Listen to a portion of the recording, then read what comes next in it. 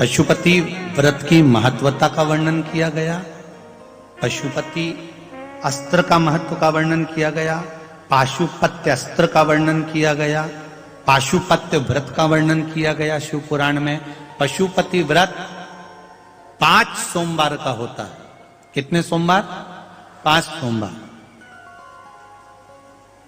5 सोमवार का व्रत होता है।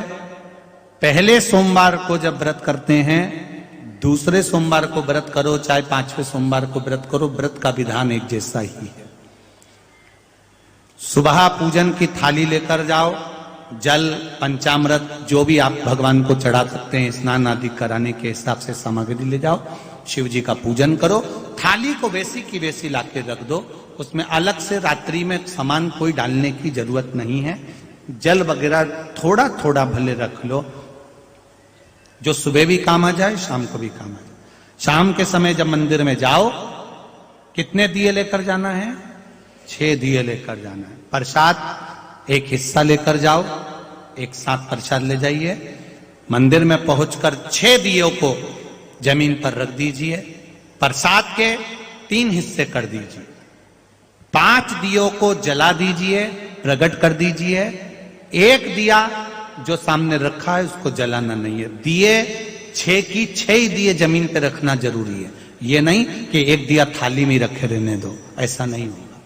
पहले दिए को उतारना पड़ेगा, 6 ही दिए नीचे रखना पड़ेंगे, 5 दिए जलाना है।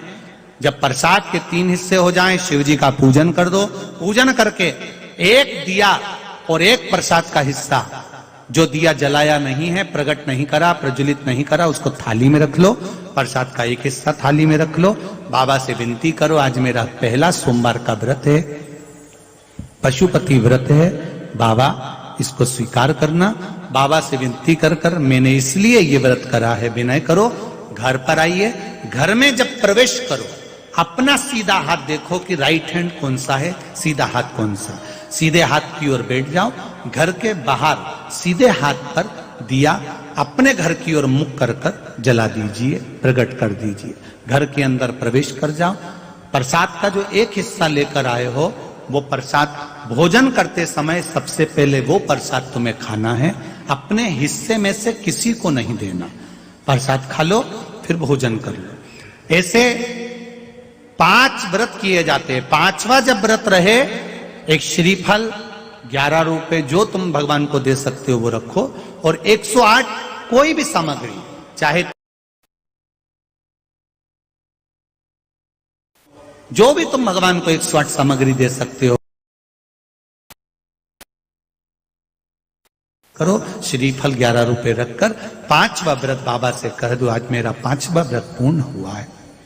घर आओ, दिया लगाओ, वापिस भोजन प्रसाद ग्रहण करने से पहले प्रसाद को पालो। ऐसा पशुपति व्रत होता है। बीच में कोई अड़चन आ जाती है तो व्रत को छोड़ दिया जाता है। 30 त्योहार पड़ गया, तीज का व्रत, चतुर्थी का व्रत, एकादशी का व्रत अगर आप करते आए हो, कोई व्रत पड़ गया तो फिर पशुपति व्रत को छोड़ दो, उस व्रत को पहले कर लो, इस व्रत को आगे कर लेना।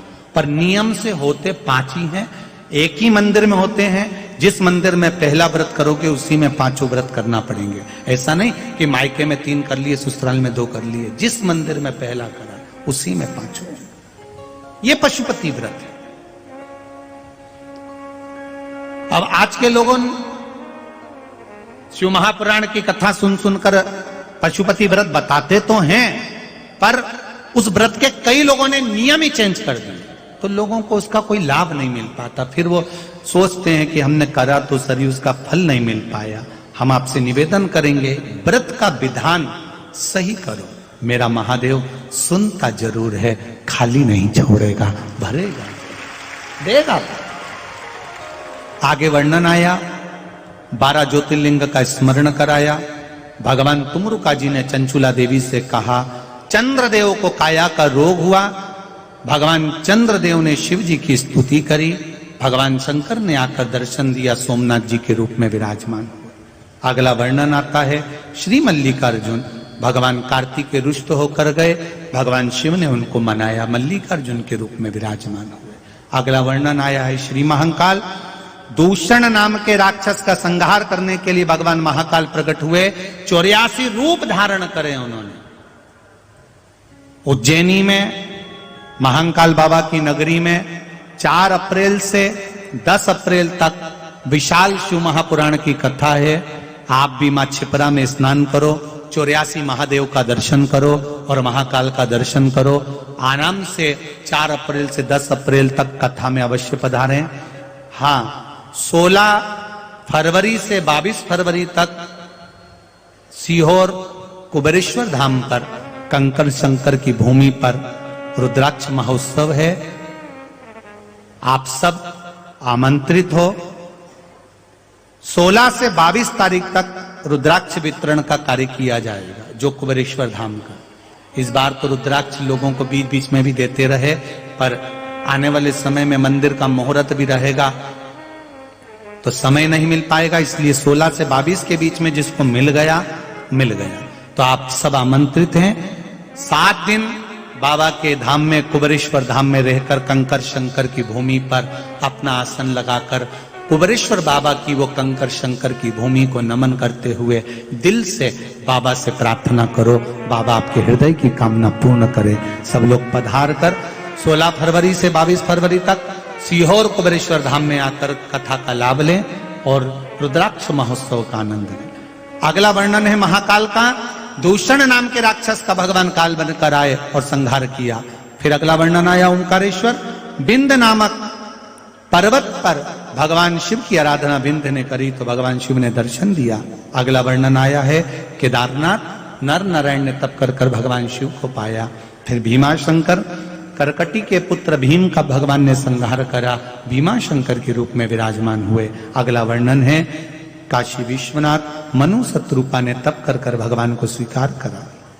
त्र्यंबकेश्वर, गौतम बाबा पर गौ हत्या का दोष लगा, बाबा ने उस दोष से मुक्त किया। वैद्यनाथ, बाबा रावण लेकर जा रहे थे, लघु शंका लगने पर भूमि पर शिवलिंग को रखा, बाबा वैद्यनाथ जी के रूप में विराजमान हुए। नागेश्वर, भगवान दारुक नाम के राक्षस का संहार करे। फिर आया रामेश्वरम। भगवान राम ने शिव जी की स्थापना करी है। 23 जनवरी से 29 जनवरी तक पावागढ़ के पास में जो शिव महापुराण की कथा है वो श्री राम शिव महापुराण की कथा होगी। कंजली हालोल, पावागढ़ से 3 किलोमीटर की दूरी। माता रानी का दर्शन करने आप भी पधारें और कंजली की कथा का आनंद लें। श्री राम शिव पुराण कथा अवश्य सुन। कथा का समय रहेगा दोपहर 2 बजे से 5 बजे तक। आस्था चैनल पर भी वही समय रहेगा। अगला वर्णन आया है कृष्णेश्वर। सुधर्म नाम के ब्राह्मण की धर्म पत्नी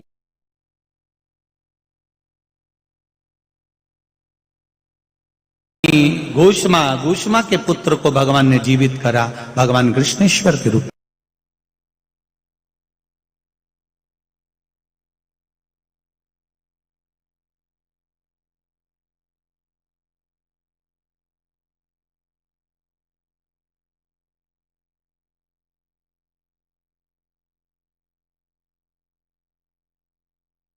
में विराजमान हुए।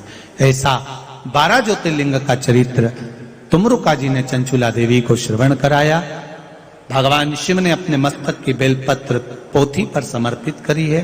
तुमरुका जी ने कहा, इस पावन शिव महापुराण की कथा को जो सुनता है वो संपूर्ण सिद्धियां प्राप्त करता है।